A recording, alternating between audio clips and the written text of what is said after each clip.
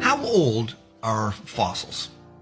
If you grew up like I did, taught in a state-run school system, you probably have a ready answer. Millions of years. I grew up learning the typical evolutionary story party line regarding rocks and fossils, that slow fossilization ideas were true, and that fossils were millions of years old. I read books with detailed and colorful diagrams showing that fossils formed mostly when animals and or plants died in watery environments.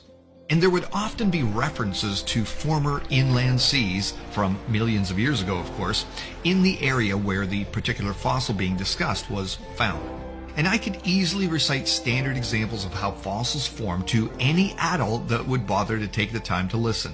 I'd typically use the canned example I'd seen and heard so often, a fish. According to the typical series of pictures I'd seen depicted in a wide assortment of books, a fish would die, sink to the bottom of a lake, and get slowly covered in layers of silt and mud.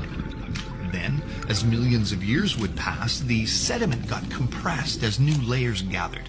The mud would turn into rock, the fish would become permineralized, and voila, it became a fossil.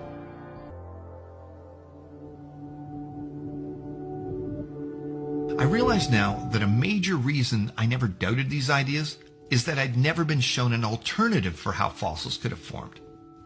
I never heard one person in my earlier years ever mention that a giant catastrophe, especially the Great Deluge recorded in the Bible, could have buried creatures rapidly and completely and formed fossils very quickly.